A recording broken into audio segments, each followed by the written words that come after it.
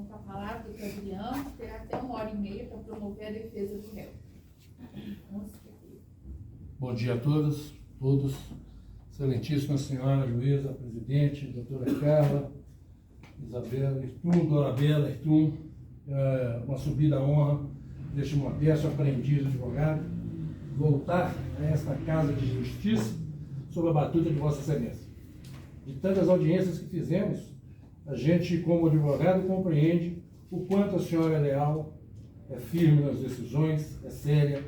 E outro dia desse mesmo, fazendo uma audiência com Vossa Excelência, eu tive a grata satisfação de a senhora advogar para mim, porque a cliente disse que não tinha ido ao meu escritório, que não conhecia o advogado, que não sabia o que era.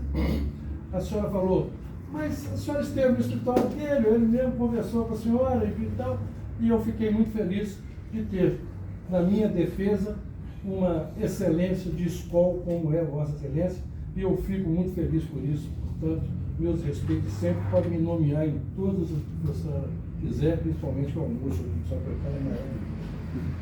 Do mesmo norte, doutor Gilvan, tantas audiências no IPPs, tantas audiências junto aos júris, e eu tenho uma grata satisfação de fazer júri com Vossa Excelência.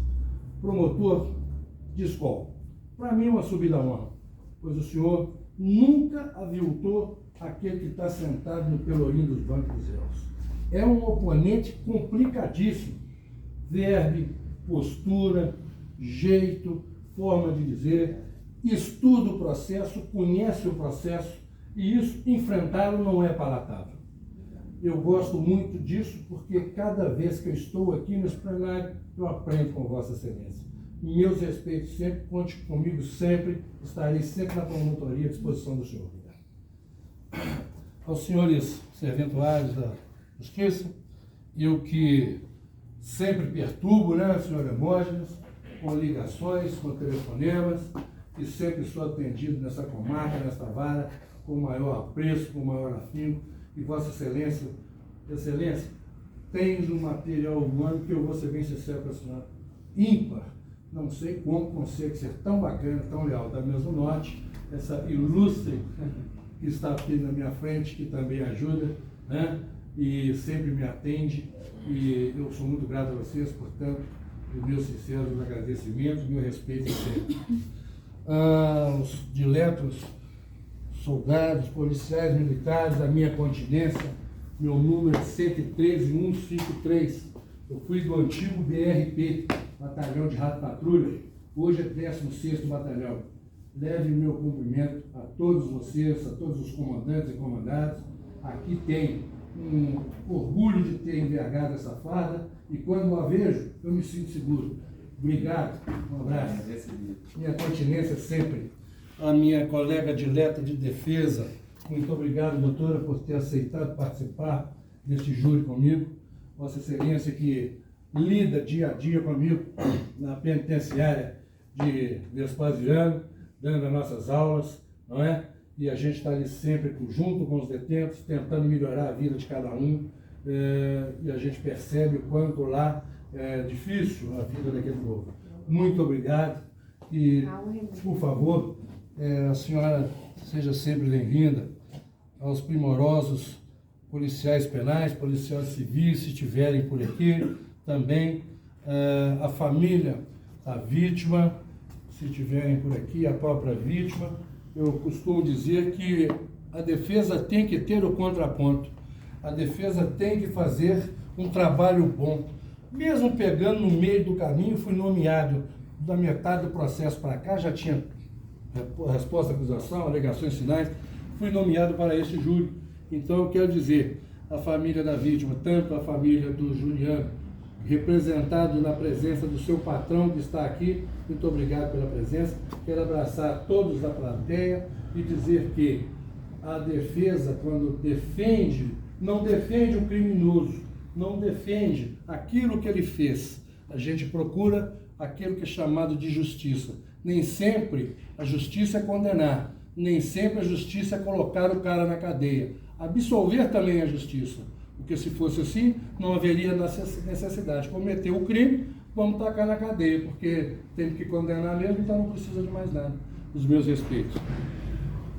Agora volto a falar com vossas excelências, hoje, senhoras juradas, que hoje são juízas da causa, a dona Luísa Rocha, dona Débora, doutora Cristina, doutora Lídia, doutora Beatriz Marques, doutora Stephanie Carla, doutora Letícia. Vossas excelências hoje têm o trabalho mais árduo desse trabalho aqui. O meu trabalho é fácil. Eu vou expor as minhas ideias, o meu pensamento, em contraponto com o doutor Gilvan, esse ilustre promotor que eu tenho um respeito muito grande, e aí nós vamos fazer a balança. E vai recair em vossas excelências o direito de julgar. Não é a juíza que julga, são vossas excelências que são pinçados do meio da sociedade, vindo aqui, largando seus afazeres. Todos nós estamos ganhando. Eu ganho pouco porque o Estado paga pouco, mas vossas excelências não estão ganhando nada. Estão aqui porque querem participar, querem promover a justiça, e é isso que é interessante. Eu tomo cuidado em dizer que hoje o promotor citou 5, 10, 12 vezes a palavra resposta. Que vossas excelências têm que dar resposta para a sociedade. Vossas excelências não são carteiro, vossas excelências não são bicheiro, quem dá resposta do jogo de bicho é bicheiro. Vossas excelências têm que julgar com a consciência e com aquilo que está ali. Vamos fazer o contraponto. Eu não tenho problema nenhum em ter no conselho de sentença 7 juradas, 7 mulheres, porque vossas excelências não julgam com o sexo feminino, vossas excelências julgam com a consciência. Por isso, eu aprendi outro dia desse com um promotor de justiça, Chico Preto, Francisco de Assis Santiago. Ele sempre, quando o jurado vai prestar o compromisso, ele se posta aqui e fita os olhos de cada um, para ver os olhos de cada um. Porque vossas excelências, eu vi o promotor, por exemplo, não querendo um jurado masculino, que é o direito dele, isso aí tem que existir mesmo. Eu não quis uma feminina, né? Parecia que estava doente, alguma coisa assim, e tudo. É direito do promotor não querer homens no júri para julgar um caso de mulher. Mas, como eu disse, vossas excelências não julgam com o sexo, julgam com o cérebro. Julgam esse ser humano que corre aqui, ó, na veia dele, a mesma coisa que corre aqui, que corre na veia de vossas excelências. É um homem, mas é um ser humano, não é? Independente da conduta que perpetrou. O doutor promotor, ele foi muito bem ao falar sobre o porquê do júri. Eu sempre, quando percebo, são jurados que estão pela primeira vez, eu sempre gosto de falar o seguinte: o Tribunal do Júri, excelências, foi criado em 1822 para poder julgar os crimes de imprensa. Vossas excelências não estavam no rol de jurados dos crimes contra a vida, dos crimes, tentativa de homicídio, de feminicídio, de aborto, induzimento ao suicídio. Vossas excelências não faziam parte desse rol lá em 1822. E o Tribunal do Júri, esse que está aqui agora, que foi criado lá naquela época para julgar os crimes de imprensa, na Constituição Imperial de 1824 começou a integrar o Poder Judiciário. Vossas Excelências começou a ter status de Poder Judiciário. Passou-se o tempo, ficou em 1842 restrita somente à área criminal. Depois, em 1891, na Constituição Republicana também.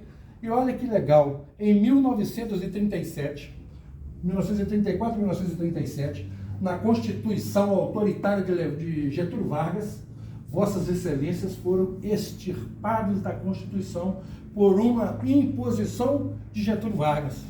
E nesta época, excelências, aconteceu um dos mais rumorosos casos de injustiça, que foi o rumoroso caso dos irmãos Naves. Naquela época, os irmãos Naves tinham sido presos para por causa de uma venda de uma safra de arroz, e aí esses caras foram presos, o promotor caiu em cima, o delegado da cidade, que era um capitão da polícia militar, prendeu os caras, levaram para o xadrez, couro comendo, pau quebrando. Um deles falou assim: mãe, eu vou confessar isso aqui que eu não aguento mais apanhar. Meu filho, não confessa, não foi você. Vou confessar, não aguento mais apanhar. Confessou, foi julgado, condenado. O tribunal extirpou a pena, o tribunal cancelou, voltou a ter um novo processo, o tribunal recorreu, e aí, daqui a pouco, outro júri, quer dizer, os jurados que condenaram, que absolveram os irmãos Naves, não errou, o tribunal sim. Houve ali o primeiro erro judiciário de condenar 2 inocentes, porque depois esse camarada que vendeu a safra de arroz apareceu no interior e disse lá: eu fugi da cidade porque eu estava devendo muita gente lá, inclusive a Jota, peguei o dinheiro e fui embora. Os irmãos Naves tinham sido condenados pela morte desse cara, e ele estava vivo. Muito bem, e vossas excelências têm aqui uma garantia, uma cláusula pétrea. Hoje, o tribunal do júri não pode ser extirpado da Constituição nem por emenda constitucional. Vossas excelências têm um Estado fora da Constituição e é uma cláusula pétrea. Olha que legal, isso está no artigo 60, parágrafo 4º da nossa Constituição Federal. Por que eu estou dizendo isso? Porque vossas excelências, que estão julgando pela primeira vez, têm que saber qual é a trajetória do Tribunal do Júri. Por que vossas excelências estão aqui? Não é de qualquer forma que se julga, não é? Eu disse que o promotor citou 12 vezes a palavra resposta. Vossas excelências não têm que dar resposta, têm que julgar pelo princípio constitucional, pela consciência e pelo fato que aconteceu. Nicola Flamarino della Testa é um escritor e jurista italiano. Ele diz que o Tribunal do Júri, e inclusive Mohamed Fálico também, que aqui não é lugar para aventureiro.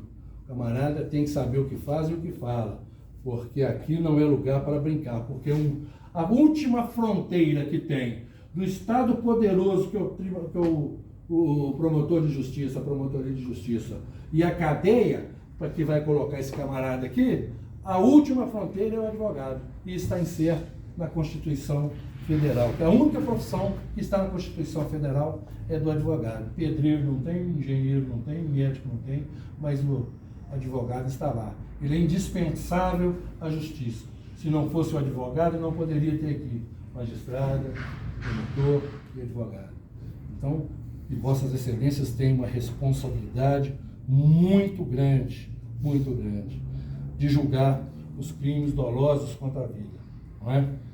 Bom, primeiramente, eu queria perguntar internamente, vossas excelências devem pensar: nós devemos perdoar alguém que nos ofende? Reflitam.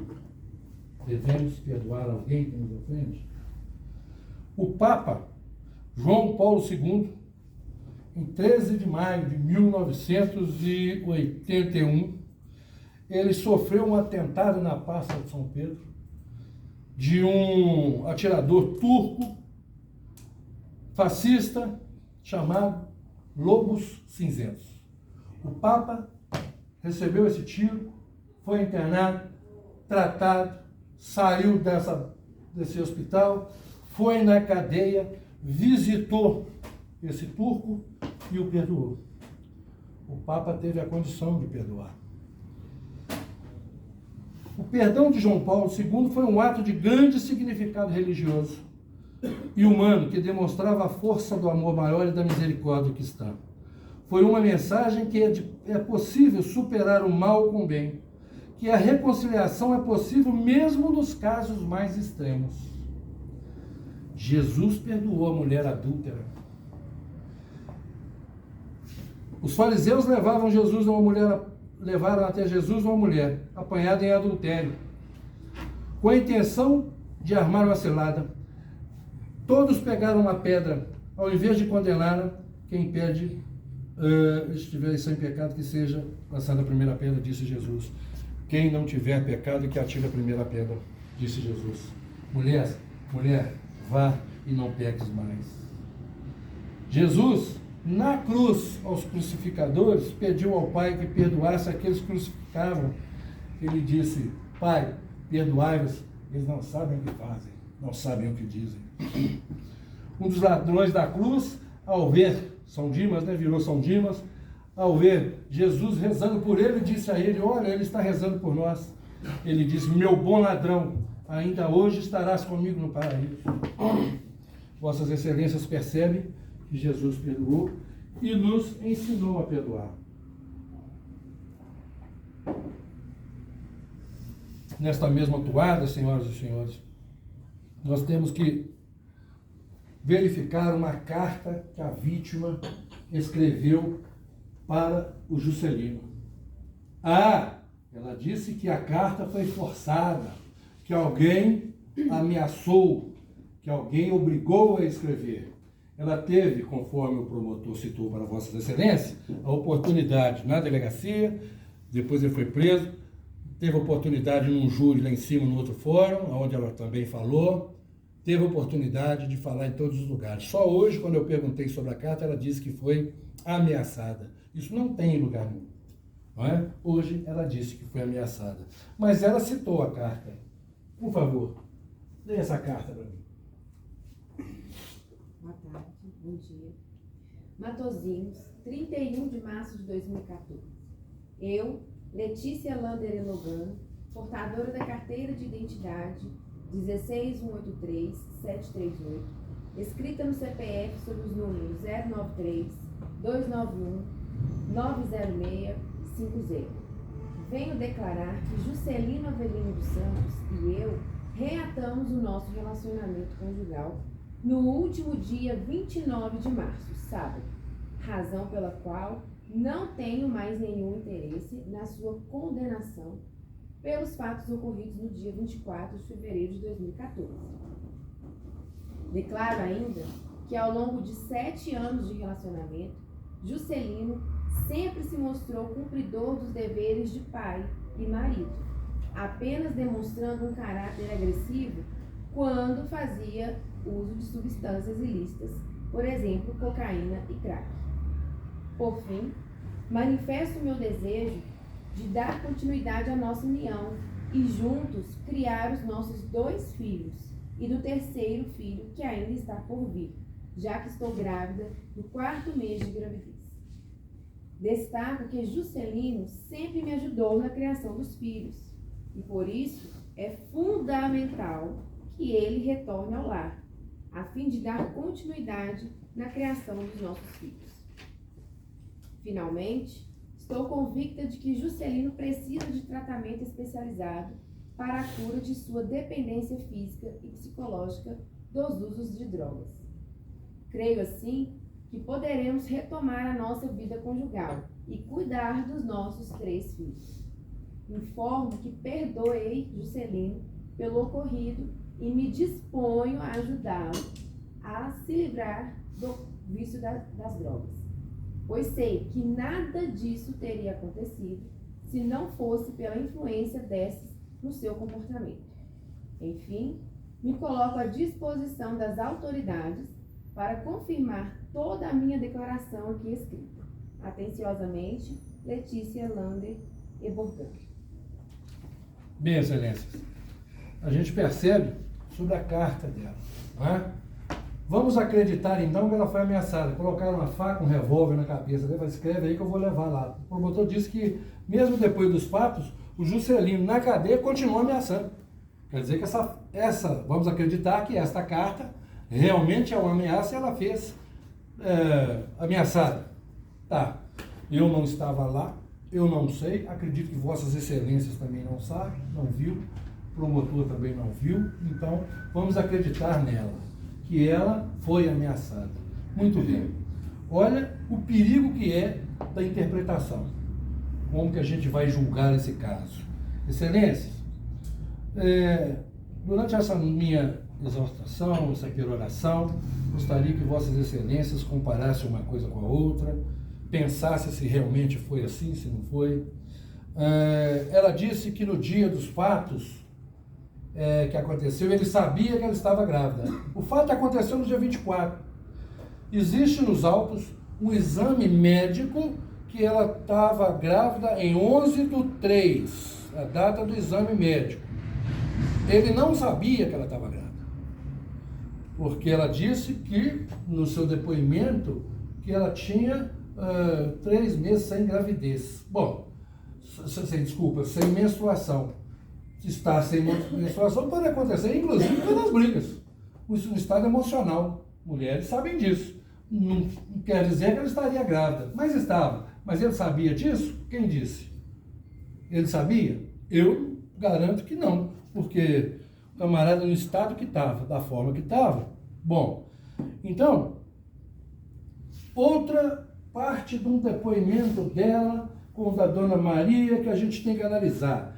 Ela disse que estava na casa e juntamente com a irmã. Vossas Excelências devem ter lembrado desse fato. A irmã estava na casa. Ele agrediu perto da irmã. Dona Maria, que viu todos os fatos, que chegou na hora, que viu ele colocando o pescoço, a faca no pescoço, ela viu tudo. Eu pergunto para ela, a irmã dela estava lá? O que a Dona Maria disse? Se Vossas Excelências pensar, não. A irmã dela chegou depois. Quem está falando a verdade? Como eu disse, eu não estava lá. O ilustre promotor não estava lá. Mas ela disse que a irmã estava junto. A Maria, que é essa testemunha dela, disse que a irmã chegou depois. Bom, causa aí o quê? Dúvida. Dúvida. Tem um instituto no nosso Código Penal, na nossa jurisprudência, que diz: na dúvida, absolvam o réu. Em dúbio, pró réu, não pró sociedade. Bom, eu aqui ainda estou tentando alavancar em Vossas Excelências a ideia de que, de uma dúvida, será que a irmã estava lá? Será que foi assim mesmo? Se ela não sabe, se ela alega que a irmã estava lá, a testemunha que viu tudo diz que não estava, no mínimo há uma dúvida. Estava ou não? Muito bem. Qual o motivo desse rapaz estar sentado aqui no banco dos réus? Como disse bem o promotor, eu sempre falo com meus clientes, doutor Giovanni, a culpa é dele mesmo. Quem mandou ele lá tirar satisfação? Quem mandou ele lá? Então, não adianta, depois que resolver isso tudo aqui, Juscelino, dizer que a culpa é do promotor, a culpa é da juíza, o advogado é ruim, o policial militar que me prendeu, ele é que é o culpado. Não. Vossa Excelência provocou tudo isso. Portanto, está sentado aí para responder. E aqui, Excelências, realmente, eu não vou pedir, eu não sou cretino de pedir absolvição do réu, não. Eu vou pedir a condenação do réu, mas na atitude que ele realmente cometeu, na intenção que ele realmente teve. Porque diz o promotor que a intenção dele era matar. Bem, eu entendo que quem porta uma faca na cintura e vai lá para matar, ao ver o seu algoz, mete a faca no bucho do bicho. Eu entendo isso. Eu vou lá e dou uma facada de qualquer jeito. Eu não vou querer ficar lá rodeando conversa, pegando a vítima pelo pescoço e tentando colocar a faca no seu pescoço, como bem disse o promotor. Veja bem, doutora, por favor, imagine que isso aqui é uma faca. Eu estou com a faca na mão, vou lá, agarro a vítima pelo pescoço e vou dar uma facada. Se eu for dar uma facada aqui, eu vou acertar meu braço. Burro que eu sou. Ela vai e segura a faca. No exame de corpo de delito tem isso. Ela machuca essa parte dos dedos. Lê para mim, pega para mim o exame de corpo de delito. O doutor bem disse que ela fez escoriações. Sim, numa briga que não tiver escoriação, não tem jeito. Não é? Escoriação. Muito bem. Periciada, ela disse que está grávida de 3 meses. Entre aspas. E está entre aspas, porque o perito não constatou, mas ela disse, ele colocou entre aspas. Periciada. Ferimentos cortantes lineares, no sentido transversal nos dedos. Ferimentos cortantes lineares. Transversal nos dedos. Então não foi uma facada. Ela segurou a lâmina. Segurou a lâmina. Muito bem, continua. Localizados no dedo médio esquerdo com 1 centímetro na base do dedo palmar, no quarto dedo palmar.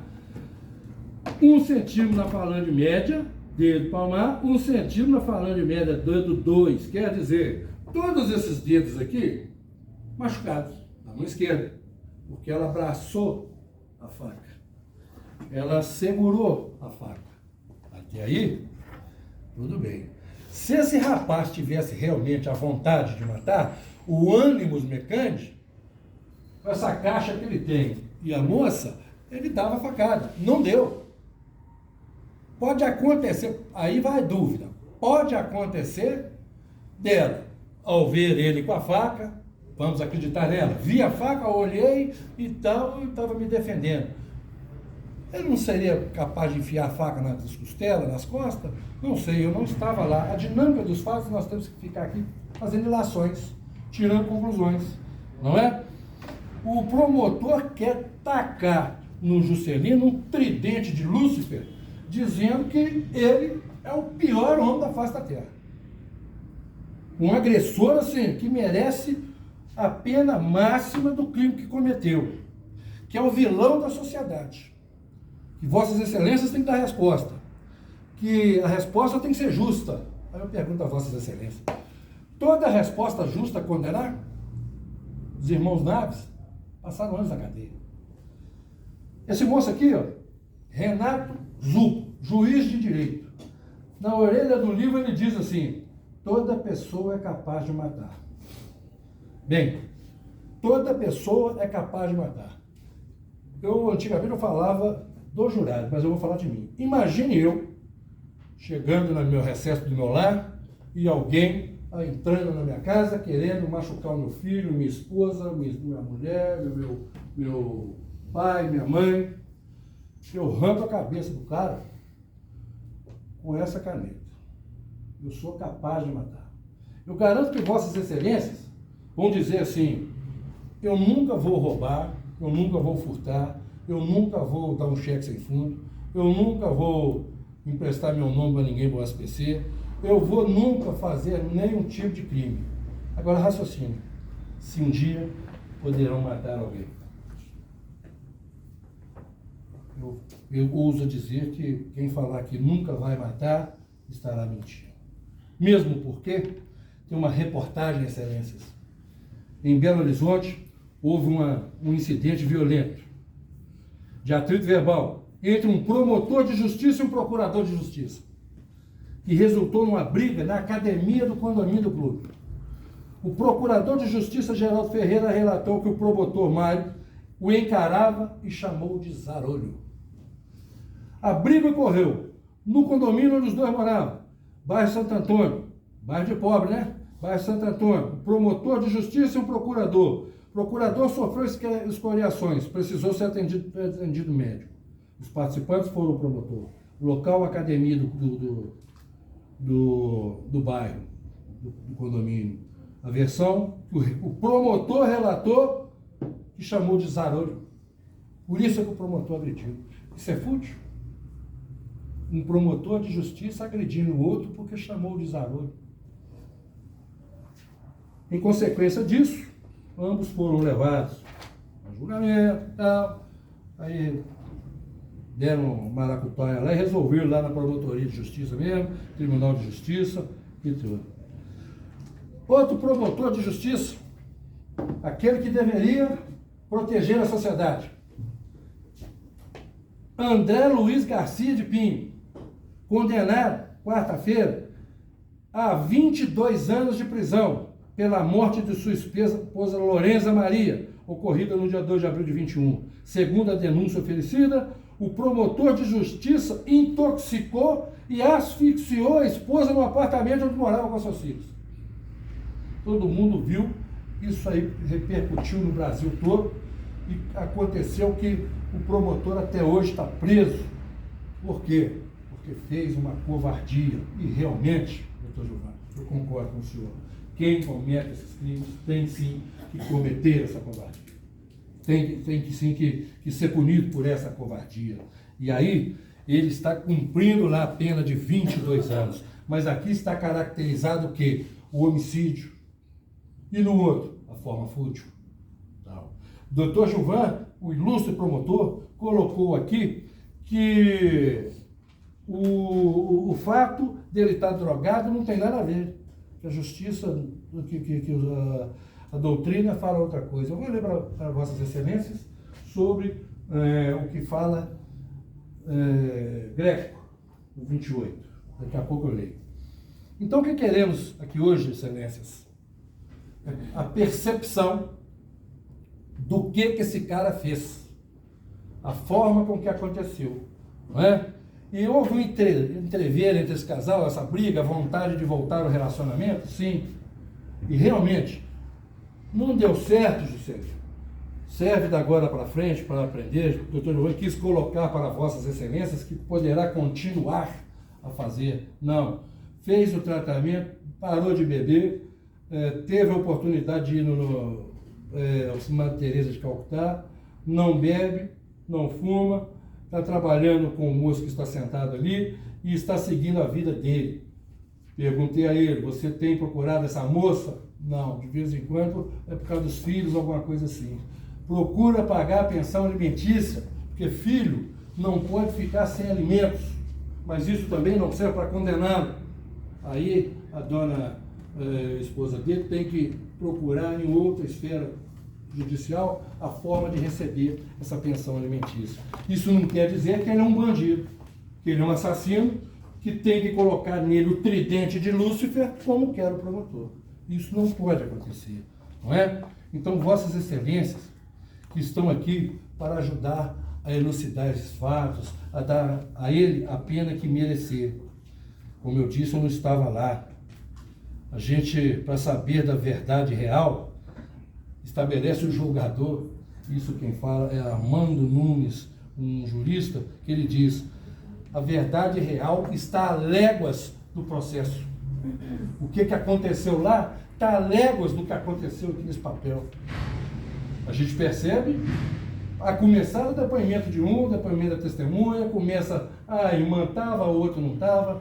Eu falo para Vossas Excelências, se Vossas Excelências saírem daqui agora, eu não, porque eu estou gravando, eu vou pegar a minha gravação, mas se Vossas Excelências saírem aqui, e lá fora no corredor, chegar no Bretas e voltar aqui, eu pergunto para cada um de Vossas Excelências, o que aconteceu aqui? Cada um de Vossas Excelências terá uma versão.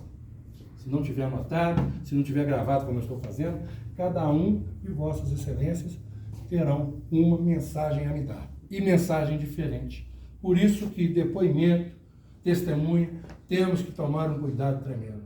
Ah, mas o réu ficou calado. Bem, por que eu pedi a ele que ficasse, não respondesse nada? Olha, se quem ia perguntar, a juíza poderia perguntar, mas ela não vai julgar. Quem vai julgar é Vossas Excelências. Então, perguntar não precisa. É o direito constitucional dele que eu pedi para ele ficar calado. O promotor vai perguntar, mas o promotor denunciou numa tentativa de homicídio e não acredita nele, vai perguntar por quê. Minha avó me ensinou uma ocasião, meu filho, meu netinho, não fica conversando com quem não acredita em você, não. Se o promotor não acredita nele, para que ele vai ter que conversar com o promotor? Eu pedi para responder perguntas de Vossas Excelências. E Vossas Excelências estão aqui hoje, no primeiro julgamento de Carlos, acho que todas no primeiro julgamento, e Vossas Excelências poderiam perguntar, deveriam perguntar, ele responderia. Mas, perguntar ao promotor, já denunciou, já está denunciado, ele quer saber mais o quê? Doutor Adriano, Vossa Excelência me concede uma parte? Toda, doutor, o senhor é sempre um prazer. Porque isso aí, senhoras e senhores jurados, é até perigoso, porque se o silêncio dele for utilizado para condená-lo, é causa de nulidade. Ele tem o direito de ficar em silêncio. Em momento algum, né, eu falei que o silêncio dele pesa contra ele. Ao contrário, eu ressaltei que é o direito dele ao silêncio. Então, o que eu peço é a condenação pelas provas, pelo que a vítima disse, pelo que a testemunha Maria Aparecida disse. pelo que o laudo pericial fala. Então, né, vejam que eu estou falando aqui de fatos e de fatos comprovados neste processo. Não estou falando do que aconteceu em 1800 e não sei quanto. E esse processo que nós estamos julgando aqui, né, está farto, cheio de provas. A defesa vai tentar, é claro, né, chamar a atenção das senhoras para a irmã estava, não estava, enfim. Né, os fatos relevantes, principais, são aqueles que nós temos que focar nossa atenção.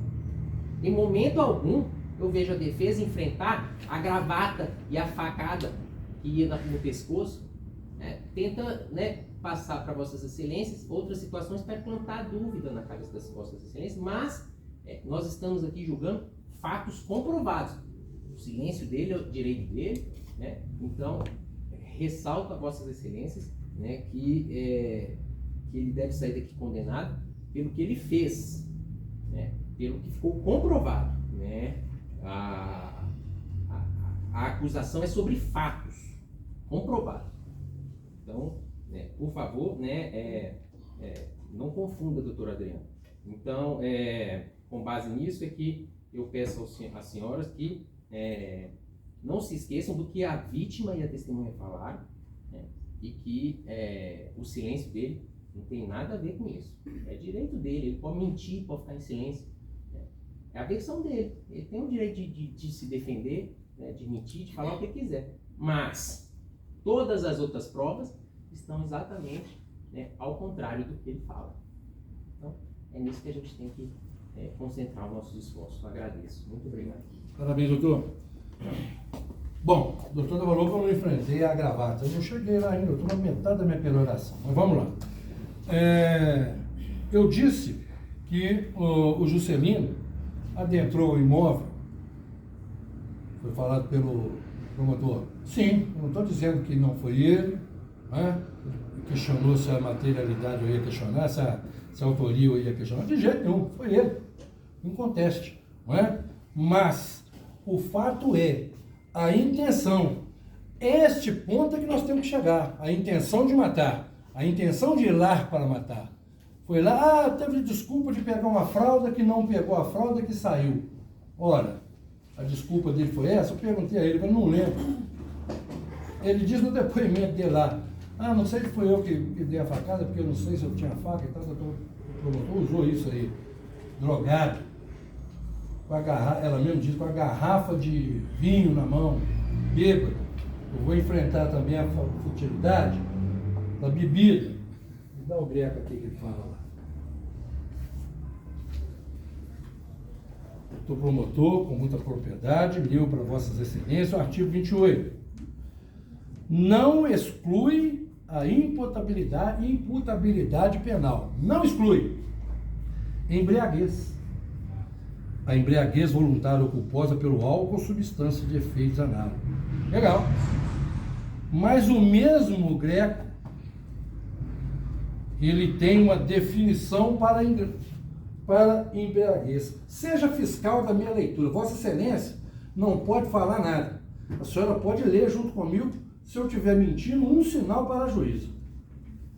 O greco escreve assim, ó. Embriaguez alcoólica. Na definição de Eduardo Rodrigues, embriaguez alcoólica é a perturbação psicológica, ou mais ou menos intensa, provocado pela ingestão do álcool, que leva a total ou parcial incapacidade de entendimento e volição. Então, ele disse aqui que o álcool pode interferir, sim, na conduta do rapaz. A droga pode interferir, sim. Que já é pacífico, que não pode interferir. Quem está dizendo isso é greco, não sou eu. E é promotor de justiça, o greco. Bom, seguindo o raciocínio, quem não teve ainda, numa época de Natal, um camarada lá da família Mango Assado que chegou e aprontou uma confusão, que teve uma violenta emoção, que brigou, que falou assim, vou pegar fulano, vou matar, naquele momento de cachaçada. Reflitam se já aconteceu na família. A minha já. Vou matar o fulano. Nós mesmos falamos com o nosso filho, meu filho não mexe com vocês não, senão eu vou matar você. A gente fala isso direto e reto. Vou matar. E numa época em que o camarada está bêbado, drogado, brigou, a mulher machucou a mão. Ele vai preso. Não, quando eu sair da cadeia eu te mato. Um dia desse, um cliente meu, preso pela polícia penal, ameaçou os policiais penais e xingou os caras. Tem gente aqui fora que eu vou mandar matar vocês. Vocês vão ver, meu amigo, ele de dentro da viatura ameaçando os policiais penais. Muito bem. Tipicidade da conduta. A tipicidade da conduta. Ficou determinado pela juíza que não houve essa agressão verbal, não causava dano nenhum aos policiais, mesmo porque ele está dentro de um xadrez, dentro de uma cadeia, e por um acaso foi julgado aqui por uma juíza magistrada dessa comarca, maravilhosa, que eu tenho o maior respeito. Ela afastou esse artigo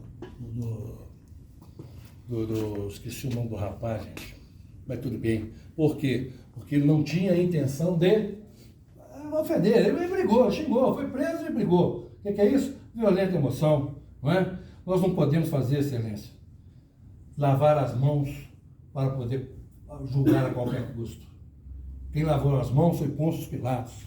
Pôncio Pilatos, quando era governador da Judéia, preso Jesus, Santa Prócula, mulher dele, hoje Santa Cláudia, disse a ele: Pilatos, não julgue Jesus. Se julgar Jesus, acontecerá uma desgraça na nossa família. Pilatos, inteligentemente que é, porque todo homem inteligente escuta a mulher, eu escuto a minha lá em casa direto e reto, por isso que eu sou bem sucedido, graças a Deus, porque o homem inteligente escuta a mulher, e Pilatos escutou.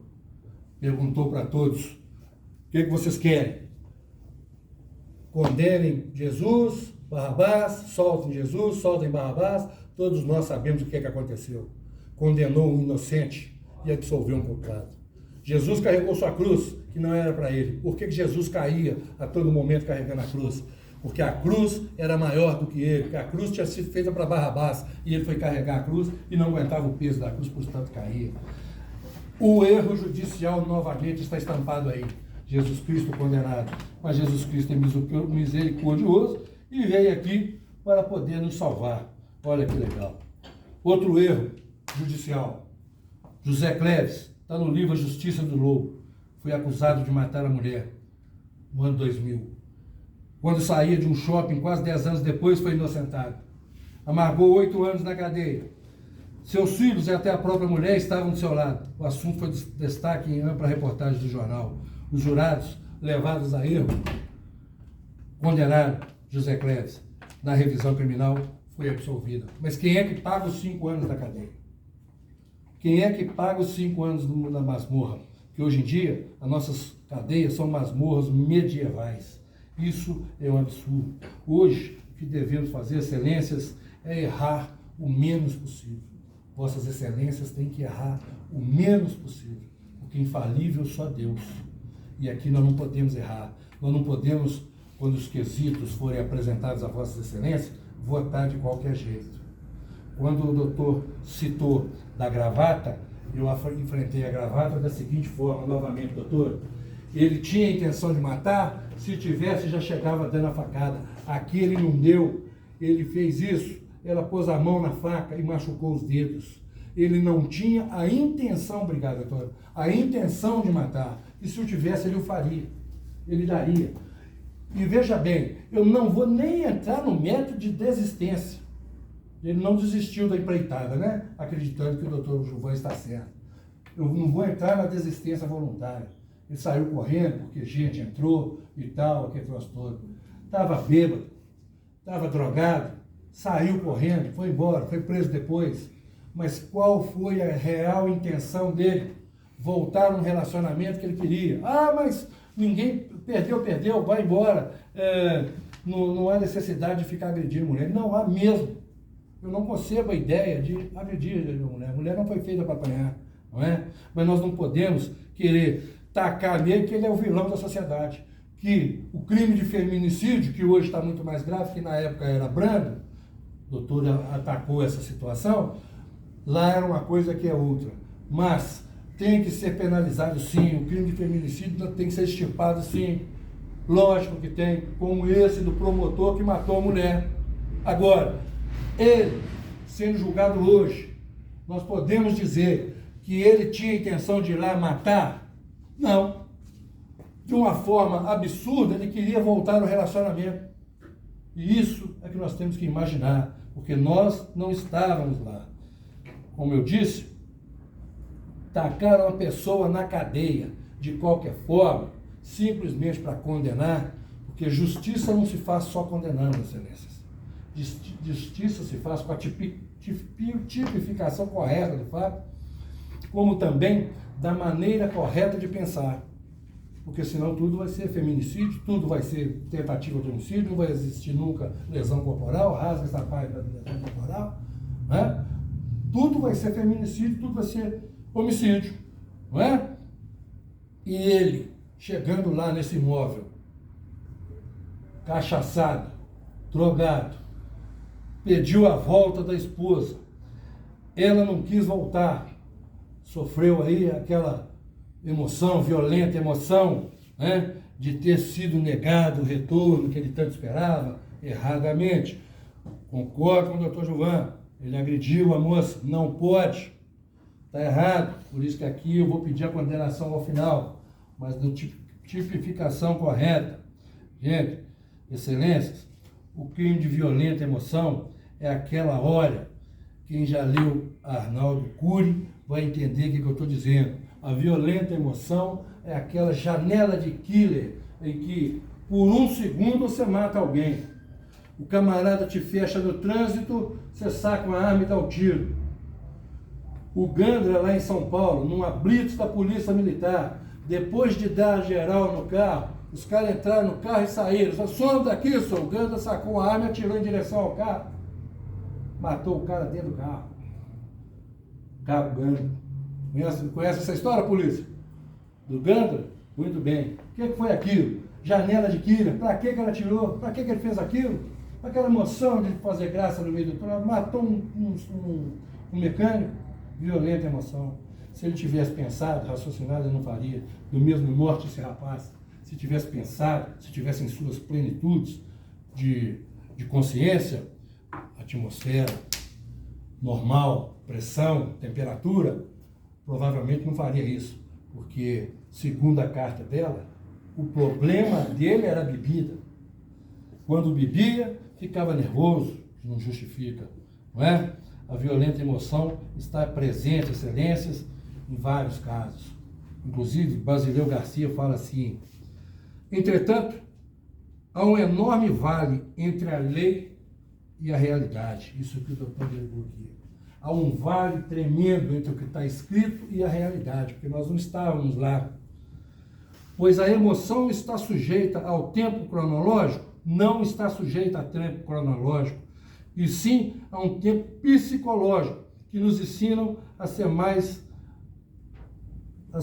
sensatos quando temos a janela de killer fechada e a janela branca aberta.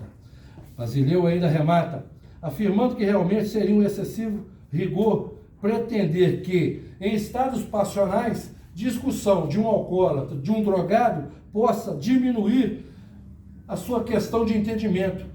Pode diminuir a questão do entendimento. Greco também falou isso. O Código apenas dispõe de fatos, de pena, de tipicidade, numa razão sensível. O álcool, a droga, pode ter uma atenuação sobre a égide da emoção e da paixão. Isso que ele está falando é Basileu Garcia, e ele remata dizendo: a emoção é um sentimento humano, sendo assim faz parte da trilogia metafísica grega clássica, juntamente com a razão e a vontade. Vem a razão, a vontade e o sentimento da emoção. Esses três elementos compõem o psique humano e por isso são responsáveis pela formação de um tipo penal, que é de um tipo de personalidade e da subjetividade. Olha só, quando a gente fala em violenta emoção, isso que esse rapaz teve lá nessa discussão com essa senhora, engraçado, eu que sou um homem religioso, graças a Deus, não paro de falar em Deus, porque se eu estou de pé hoje é por causa dele. Jesus também teve seu momento de violenta emoção. A passagem descreve que Jesus entra no templo e a ver que lá estava sendo realizadas transações comerciais, com troca de moedas e venda de animais para sacrifício. Jesus, indignado com aquela situação, expulsa todos os comerciantes e cambistas, derrubando todas as mesas, batendo em todas, armou-se de um chicote, bateu em um por um e expulsou dali. Não saiam da casa do meu pai, não saiam da casa do meu pai e não venham aqui vender nada. O que Jesus teve ali? Uma violenta emoção de ver a casa do pai dele virando um fuzuê, virando uma casa de manjoana, uma bagunça, porque a igreja não é lugar de fazer negócio, e lá estava. Lá em Mateus também fala, Mateus 21:12, Jesus entrou no templo e expulsou todos que ali vendiam e compravam, derrubou as mesas dos cambistas e as cadeiras e que vendia pomba. E João também fala a mesma coisa. Jesus entrou no templo, expulsou todos que ali vendiam, derrubou as mesas, as cadeiras, vendiam pombas, e disse-lhes: está escrito, a minha casa será chamada de casa de oração, vós, porém, fazeis de covil de salteadores. Jesus teve uma violenta emoção. Todos nós temos um momento de agressividade. Não deveria ter, mas até Jesus teve. Também fala isso em Marcos. Olha, senhoras e senhores, e tem uma diferença muito grande quando a gente fala da tentativa de homicídio para lesão corporal. A tentativa de homicídio realmente tem um ânimo mecânico, a intenção de fazê-lo. A intenção dele era essa mesmo, era de matar? Nós temos certeza disso? Então senta com ele. Diga sim para tudo, condena o cara e joga no cárcere. Me mostra a foto aí, por gentileza, da cadeia. O cárcere hoje, a cadeia hoje é uma masmorra medieval com luz elétrica. Uma bagunça, eu dou aula lá. Um cheiro insuportável, e lá está. O Brasil se prende muito mal, excelências. No Brasil se prende muito mal. Condena-se muito mal. Eu vou falar para vossas excelências isso aqui que eu quero.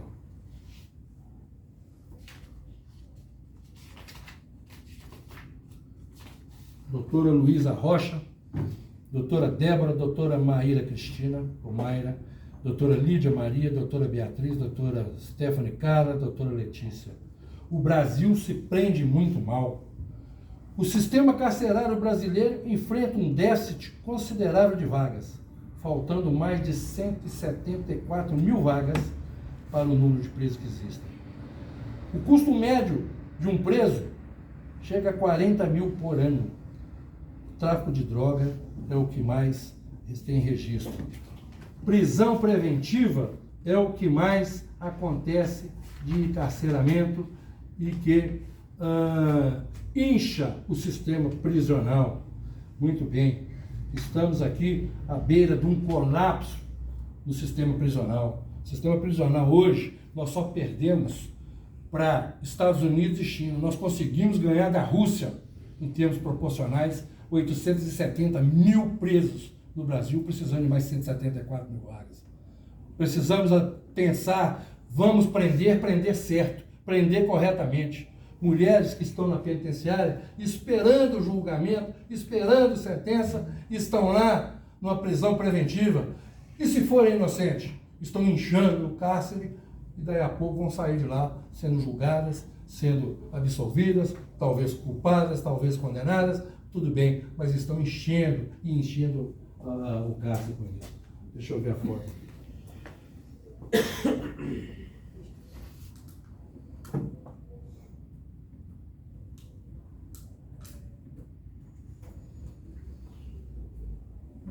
Continuando, enquanto a doutora acha para mim as fotos ali, a diferença da tentativa de homicídio e a lesão corporal é justamente o ânimo mecânico. Nós temos que verificar se ele foi lá para matar ou se ele foi lá para discutir e tentou lesionar a moça. Ele lesionou a moça, agarrando-a pelo pescoço, machucando a mão dela. Ele não machucou a mão dela, ela segurou a faca. Ela disse aqui que ele tentou dar uma facada. Eu não vi. Eu não estava lá, vossas excelências não estavam lá. A outra, aqui, a Maria, eu vi. E a irmã, quem chegou primeiro, quem viu?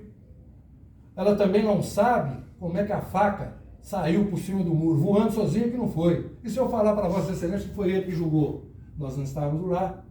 Ele pode se defender. Fala, não, eu joguei a faca por cima do muro. Eu vi o sangue, escorreu a mão e joguei a faca por cima do muro. Aliás, ele me falou isso. Eu falei, não, você não era o Léo, está aí na denúncia é outra coisa. Está aí na ocorrência é outra coisa. A testemunha falou outra coisa. Eu estou enfrentando aqui o que está aí no processo, não o que ele me disse.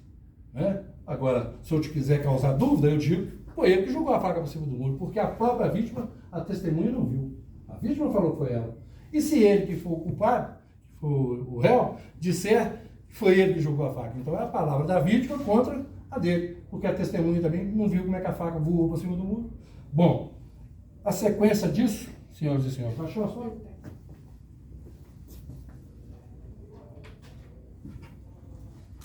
Aqui, senhoras e senhores, eu acabei, por uma casa, essa minha diretora, e essa moça veio aqui, é a doutora, diretora do presídio, entregando ali pela grade do presídio, com alguns mimos, algumas coisas da... Cadê as outras fotos? Pode só passar certinho.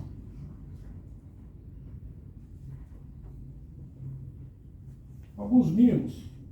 Olha o estado da cadeia, tudo deteriorado. E nessa cadeia, excelência, eu gostaria que a senhora fosse entregar o diploma dessas meninas, justamente no doutor Gilmar.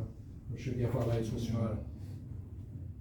É nessa cadeia que a gente tenta recuperar essas meninas fazendo esses trabalhos, esses mimos, essas coisinhas, para elas poderem desenhar, para elas poderem ter tempo de fazer alguma coisa.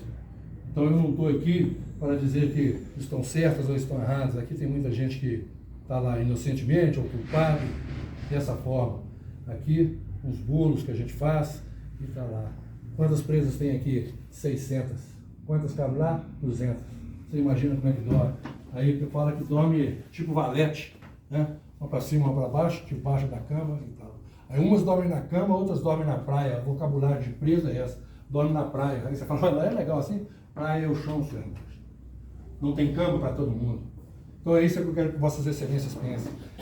Vamos tacar todo mundo na cadeia? Tudo é homicídio? Tudo é tentativa de homicídio? Pô, vamos pensar, é assim que nós queremos ser julgados? E quando tiver um advogado aqui para poder não querer absolvição a qualquer custo, não, quero a condenação dele, do que fez, do que realmente fez. Foi lá para matar? Não acredito. Não acredito nessa tese, se não teria feito. Eu falei que depois que fui preso, eu iria lá voltar para matar. Voltou? Foi lá? Não foi mais. Tem quantos anos você está trabalhando na Lagoa Santa, moço? Tem bem tempo já. Já tem bem tempo? Tem quantos anos que trabalha com o senhor, moço?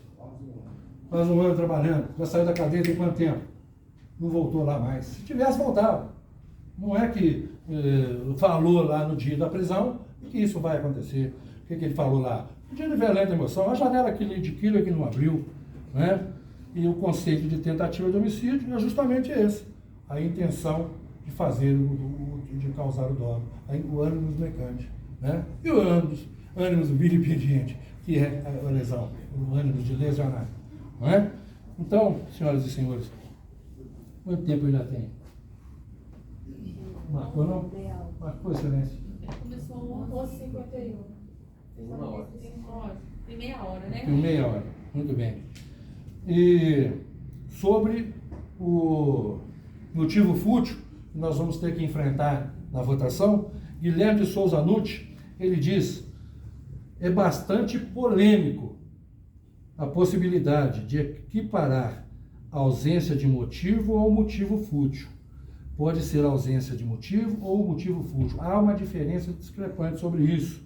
Motivo fútil é aquele motivo, quem assistiu na televisão, viu lá em Sete Lagoas, o pessoal estava assistindo o jogo do Atlético.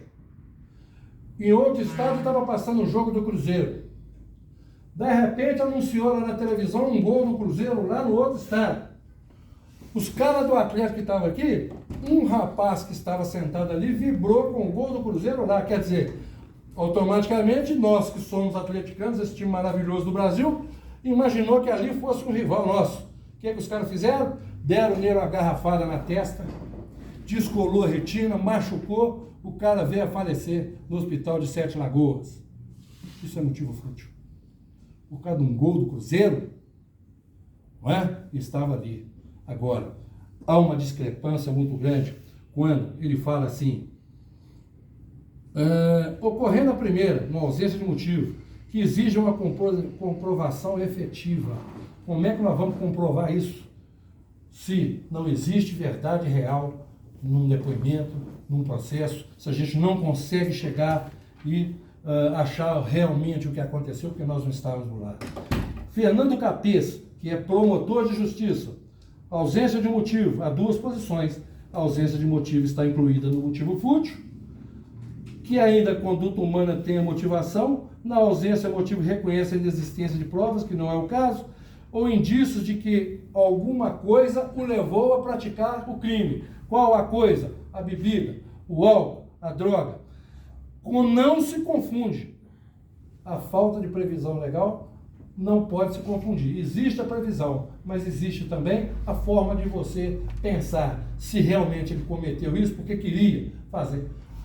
A bebida, o álcool, afasta a futilidade. Isso quem diz? Fernando Capês e o próprio Greco lá no livro dele.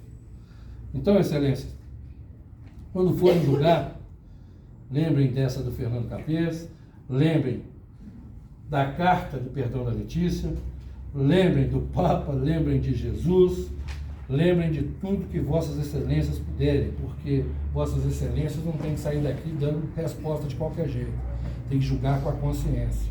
E olhe bem, os quesitos serão formulados, né, como bem disse o promotor. A materialidade do fato teve, claro, sim, inconteste. A autoria foi do Juscelino. Eu não sou cretino de acreditar naquela versão dele aqui, mesmo ele estando drogado. Eu não sou idiota de falar que não foi ele. É claro que foi, não é? A participação dele está lá, a autoria é dele, sim. Agindo assim, Juscelino deu início a uma execução de tentativa de homicídio, como quer o promotor? Não, eles não foram lá para matar Dona Luzia. Ele não foi lá para matar a doutora Débora, doutora Maíra, doutora Lídia, Beatriz, Stephanie e doutora Letícia. Ele não saiu de casa para matar. Bom, caminhando ainda mais ainda na base dos quesitos, a gente pede no terceiro quesito, diga não, porque aí a resposta ao terceiro quesito vai tirar de Vossas Excelências essa responsabilidade da tentativa de homicídio e julgar para a doutora Carla a lesão corporal grave que foi causada. E veja bem, não foi grave, mas eu vou colocar como grave. Olha a lesão corporal aqui para mim. Aqui, ó. Exame de corpo de delito, como disse o promotor. Perícia apresentada, ferimentos cortantes literário e tal. Transcrição dos quesitos oficiais. Houve ofensa à integridade da pessoa, do paciente? Resposta do primeiro quesito, sim. O objeto foi cortante e contundente? Sim. Terceiro quesito. A ofensa produziu... isso aqui é explosivo, asfixia? Não. Da ofensa resultou perigo de vida? Não. Da ofensa resultou incapacidade das ocupações habituais por mais de 30 dias? Não. Da ofensa resultou debilidade permanente do membro, das mãos, né? Do sentido da função? Não. Isso não sou eu quem estou falando, é o perito Dr. Renato Freitas, médico legista, MASP 109-81-12. Os quesitos mostram a fragilidade do ataque. A forma ali mostra a fragilidade do ataque. Se fosse grave, teria enfiado a faca, feito uma agressão maior. Esta lesão é uma lesão corporal. Artigo 129. E eu ainda exijo, Excelência, que seja na qualidade grave. Por quê? A pena será maior. Se for na modalidade leve, como que é o laudo pericial, ele serve a pena mais grande. Não, eu quero ela grave, para poder, como diz o promotor, dar uma resposta, inclusive para ele mesmo. Porque não deve se fazer isso. Mas aqui, a intenção é que vai ter que pesar na consciência de cada um de vós. Cada um de vós. Pois não teve a intenção de matar, e sim de lesionar. Não é?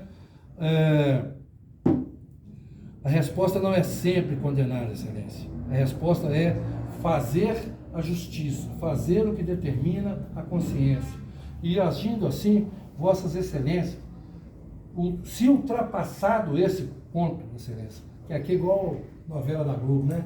Fale-se agora ou cale-se para sempre. Eu tenho que falar para me atacar as outras partes dos quesitos. Porque se eu não falar agora, eu não posso voltar lá e falar depois.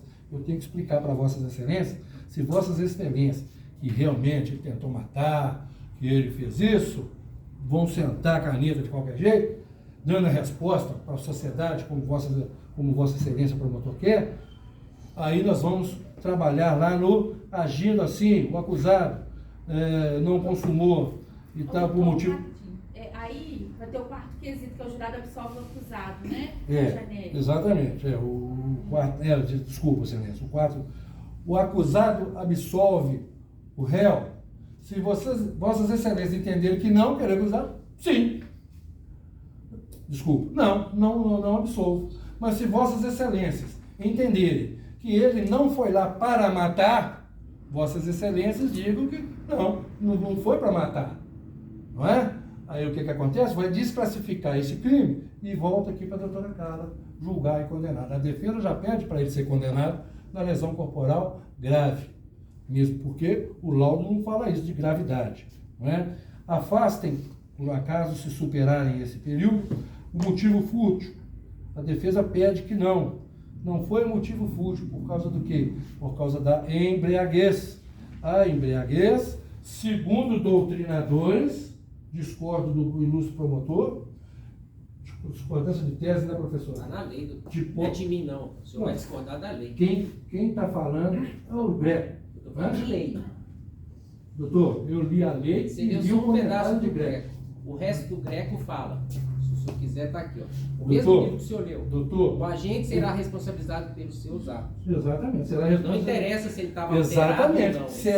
Será responsabilizado pelos atos que cometeu. Qual o ato que cometeu? A lesão corporal. Ele será punido pela lesão corporal. E eu quero que seja. Não estou pedindo aqui absolvição. Acho que não entendeu o que eu disse. Ele não... A futilidade... Afastou a futilidade por causa da embriaguez. Agora, a lesão existiu? Existiu. Nós queremos que ele seja condenado na lesão. Os embates que eu tenho com o doutor Gilvan é debate de ideias, de teses, o respeito que eu tenho com o doutor Gilvan é muito grande. Isso aí, ninguém tira de mim. O doutor Gilvan é um dos maiores promotores que eu já enfrentei na minha vida. Enfrentei um em Santa Catarina por causa culpa da doutora Carla e culpa do senhor. A senhora me nomeou para um caso aqui, Excelência, de 4 rapazes presos por tráfico de droga aqui embaixo na rodovia. A senhora me nomeou para um caso. Um ficou preso, nós conseguimos tirar 3. Esses 3 voltaram para Santa Catarina. Tiveram a burrice de falar que eu sou um bom advogado e me nomearam lá, me pediram para atender lá numa tentativa de homicídio de um dos familiares dele. E eu fui em Santa Catarina. Culpa da doutora Carla e culpa do senhor, doutor Gilvan, que me nomeou aqui. E lá conseguimos a absolvição desses rapazes. E não foi tentativa de homicídio, mesmo porque eles não estavam no local. Consegui comprovar por nota fiscal de hotel, táxi, Uber, Herb que eles estavam. Conseguimos demonstrar lá em Santa Catarina que eles estavam no Paraná, eles não estavam em Santa Catarina. Mas eu fui lá nomeado não minto, contratado, pagaram os honorários, graças a Deus, deu para comprar um sorvete. E aí eu fiquei muito feliz porque foi a doutora Carla que me nomeou aqui e fiquei conhecido lá em Santa Catarina. Muito bem. Excelência, só para recapitular, a defesa concorda que a dona Letícia foi agredida. Sim. O acusado foi o autor da agressão. Agindo assim, ele deu início ao crime de homicídio, a tentativa de homicídio. A defesa pede que não. A defesa fala que não. Ele não foi lá para matar. Não se consumou porque o réu não quis? Não. Ele lesionou a vítima. Lesão corporal. 129. Nesse quesito aí, peço a Vossas Excelências que julgam não. O quarto quesito é sobre a absolvição. Vossas Excelências absolvem o réu, sim, da tentativa de homicídio, porque ele vai ser condenado na lesão corporal. Assim, desclassificando, Vossas Excelências estarão também afastando, se passar esse quesito a futilidade, né? Afastem a futilidade, tendo a droga e a bebida que podem afetar o psique da pessoa. Vossas Excelências farão justiça e o Juscelino sairá daqui com a pena, condenado na lesão corporal que cometeu, e nós não vamos inchar o cárcere de qualquer jeito e querer dar resposta de qualquer jeito para a sociedade. Eu aprendi com um advogado que o respeito tem que ter em todos os momentos para com Vossas Excelências, para os serventuários, principalmente a magistrada e o ilustre promotor.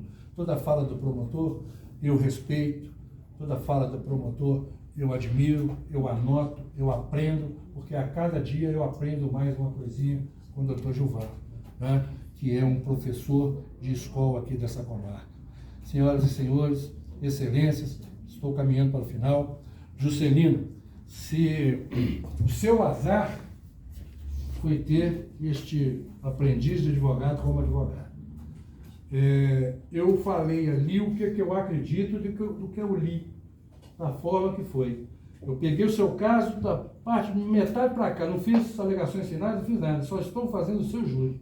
Estudei o seu caso, vi, conversei com você pessoalmente, conversei com o seu patrão pessoalmente.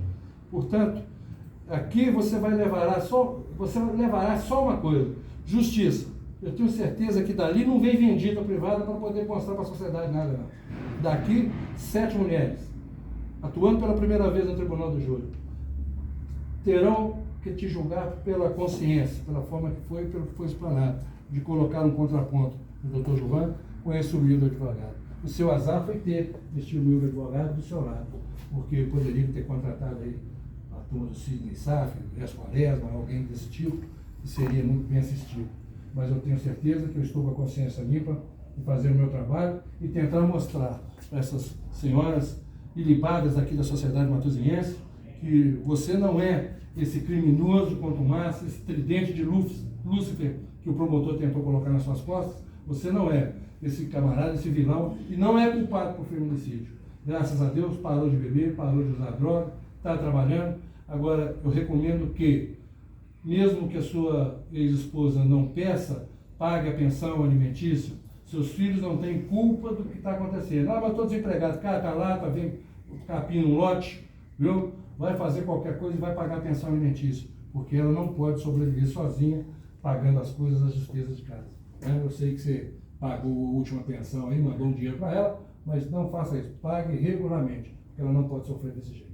Tá bem? Seus filhos não podem sofrer desse jeito. Excelência, termino por aqui. Muito obrigado por ter me ouvido. Excelência, muito obrigado, doutor Gilvan. É sempre um prazer estar aqui.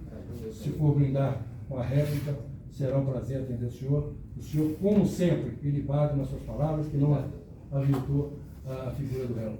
Um abraço. Excelência, terminamos. Bom, o promotor quer fazer uma réplica? Não vou fazer uma réplica. Dentro dos jurados estão capacitados para ajudar. Os jurados querem algum esclarecimento, querem alguma peça de processo, estão habilitados os jurados.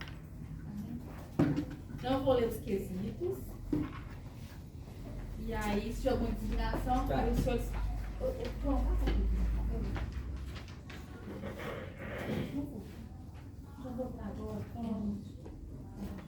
Então, vamos votar. E tá preso de uma vez. Eu vou ler os quesitos, né?